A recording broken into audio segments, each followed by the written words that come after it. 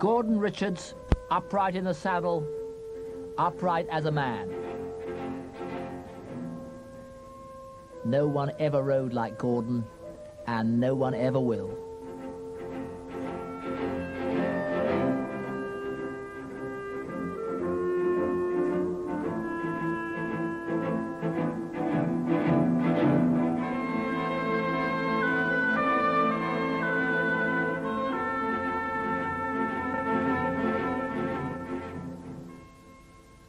Gordon Richards' first main retainer was with Captain Tommy Hogg, who gave him a priceless start and certainly got him used to pressure. When they had a bet, it had to win. So, you know, there was so much depended on it that it was good education. Gordon may have been a brilliant pupil, but he had no racing background. One of 12 children and the son of a coal miner, he decided racing was his calling when at 15 he was apprenticed to Martin Hartigan in Wiltshire. By the time he was 21, he was first jockey for Tommy Hogg and champion for the 1925 season. His first classics came 5 years later, Rose of England, the Oaks, and Singapore here in the St. Leger at Doncaster. Both of them were owned by Tommy Hogg's patron, Lord Gleneady, and Gordon didn't feel his efforts were being truly appreciated.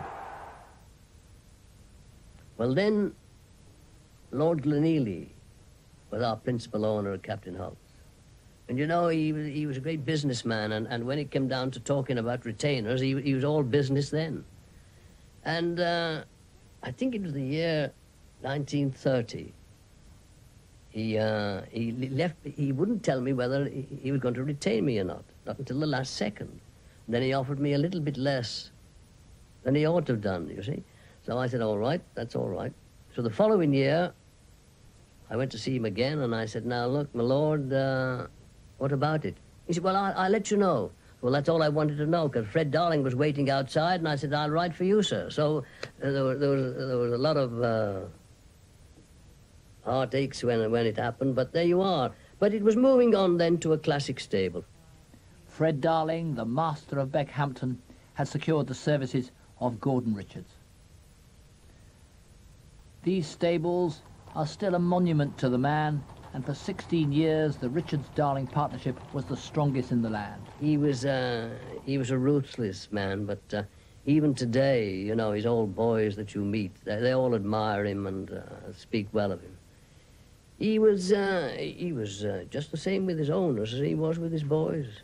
He hated the owners to come down and watch the horses work. Actually, he wouldn't work them that day they came down. He'd wait them for the following when they'd gone. If you walked around stables with him at night, he'd walk around with his little stick, and the horses would stand to attention. You've never seen anything like it. They would stand to attention, too, with him, too. He was a wonderful character and a genius training horses. In 1942, Fred Darling had almost the ultimate in royal hands. The King's Big Game won the 2,000 guineas, and Sun Chariot regally completed the double in the 1,000. So on to the Oaks, run like all wartime classics at Newmarket's July course. Sun Chariot 4-1 on, but not untypically something of a cow at the start. As expected, the race was a comfortable win for the King's filly. Taking the lead after a bad start, she finished a length ahead of Afterthought.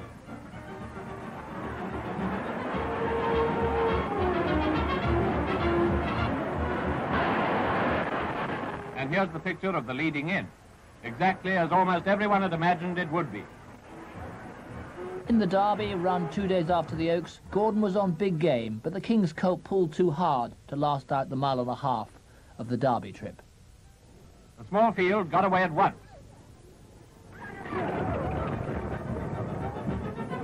Soon it was seen that Lord Rosebery's Seasick was leading Solway and the rest, and going well.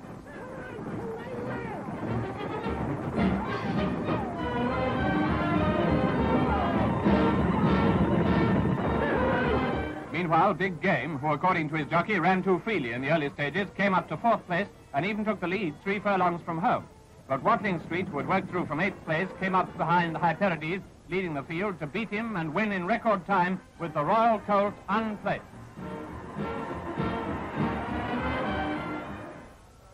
Derby disappointment again, but Sun Chariot, tail-swishing sulks notwithstanding, came good in the St. Leger and made a nonsense of the betting which had Watling Street as favourite.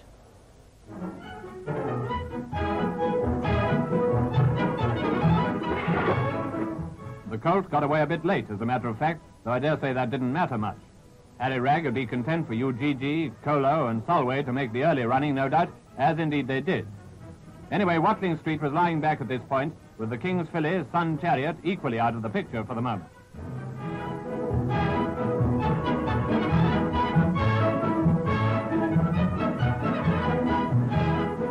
But when round about 3 furlongs from the post, Ragg sent him along to take the lead, it was only to be passed easily soon afterwards by Sun Chariot, who romped home, gaily switching her tail, as usual, to win smoothly by 3 lengths, and so give the King his 4th classic of the season.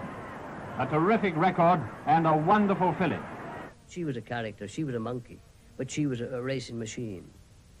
But if she took it into her head not to start, I mean, nothing. I always remember the King and Queen coming down and to see her work, and they never saw her work. She just wouldn't start in the Oaks.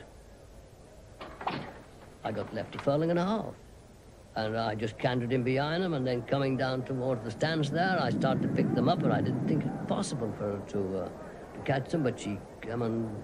And then in the St. Leger, that back end, she beat the Derby winner 3 or 4 lengths, Watling Street. She was a great mare, she was a machine, but a monkey. The King never had a year to match 1940. But Gordon had several more champions to ride. Well, Tudor Minstrel was undoubtedly the best miler I ever rode. I mean, I think he would have murdered a horse like Big Game. But you know, he always used to lead with his right foot. And at Epsom, it's fatal because you've got to get on your left foot because you're going against the grain all the time. But when he left the gate, he fought me. And every time I let him down to go on, I thought, well, I might as well make the running. Down the hill to Tattenham Corner, and with 5 furlongs to go, it's Tudor Minstrel in the lead. But he went to the right. And if I'd have let him go, I'd have gone up to Epsom Station up there. And that's how I went round the Derby. A miler, he was the best miler I ever rode. Here comes a big shock with Pearl Diver still on the outside, putting on a terrific burst to beat them all. There may have been racing's usual reverses, but in his prime, Gordon dominated the scene like no other jockey before or since. 200 winners a season, 100 more than his nearest rivals. The style was unique, a sort of upright, loose-range, shoeing motion that refused to allow his horses to accept defeat. Racegoers rarely award jockeys their ultimate accolade, first-name recognition. Early in the century, it was Donahue, come on, Steve.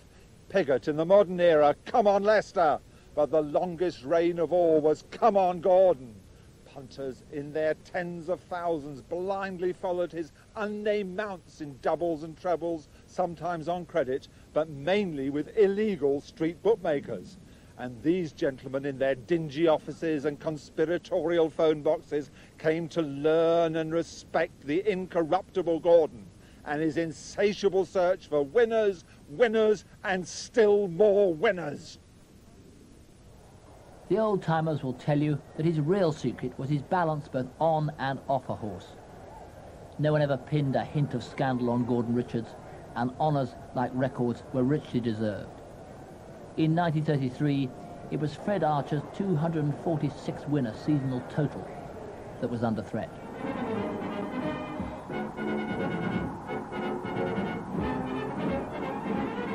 And that's it. Gordon Richards has done it, tied with the record. That record was stretched to 259 at the end of the season and to 269 in 1947. No flat jockey has beaten 200 since Gordon stopped. And no one could imitate the way Gordon did things. Look at the strength in those short but deep leathered legs as he brings dramatic through to win the Lincoln Handicap of 1950. Now things began to happen. Keep your eye on Sao, number 33, and you'll see him suddenly overtaken. It's Gordon Richards on dramatic. Making his run, he leaves the whole field behind in a great sprint. Away goes Gordon, and now no one can catch him.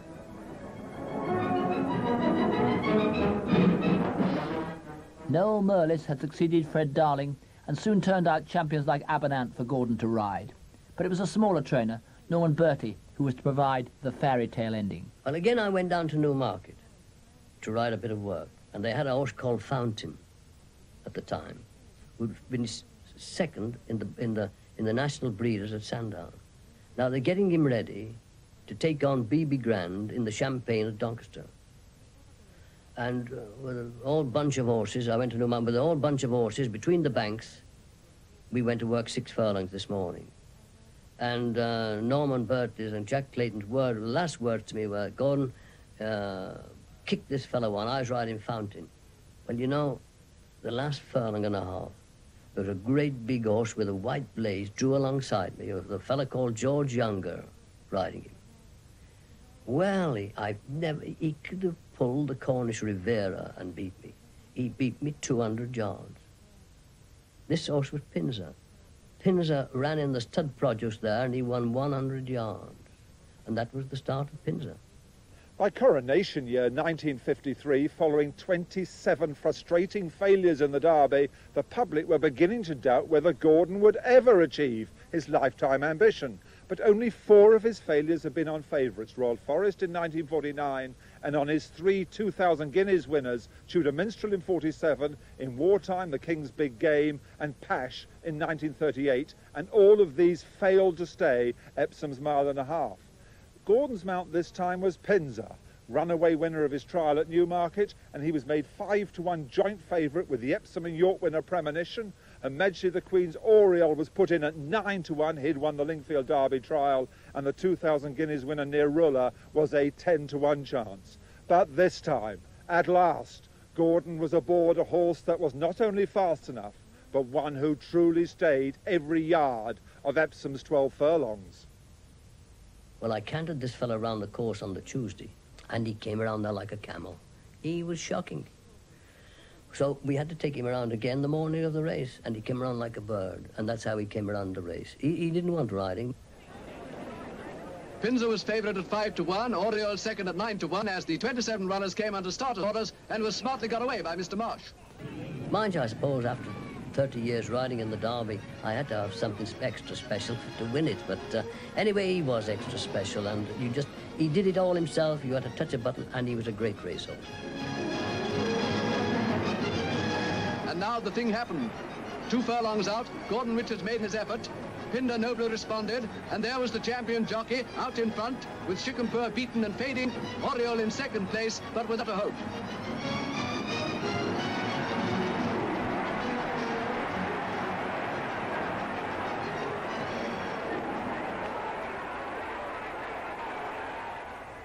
Queen sent for me, and she was very nice. She congratulated me, which she always is, and then the Duke came up, and the Queen Mother, and there was no despondency with them. They were all tickled to death anyway. As I say, he was a great horse because he went on to Ascot and won the King George and Queen Elizabeth, beating Oriole again. But it hadn't needed Pinzer to bring a royal seal of approval. Before Epsom, Gordon Richards was made race riding's first, if shortest, knight. Well, I got a letter from Sir Winston telling what he was going to do. And anyway, I didn't answer the letter for a few days, and I went to Lingfield, and Sir Winston had a runner. And I could see him making a beeline for me, and I'm trying to dodge him because I haven't answered this letter. Anyway, he cornered me. And he said, "Did you get a letter from me?" I said, "I did, sir." He said, "Well, why haven't you answered it?" I said, "Well, I've been riding up north." He said, "Well, what about it?" I said, "All right, sir." He said, "It'll be good for racing." Come on, Sir Gordon, is the cry from now on. What more fitting climax to a brilliant career than that he should receive a knighthood and ride home a Derby winner at last in coronation year? Gordon Richards, 26 times top of the list, but much more than that. A champion in every sense.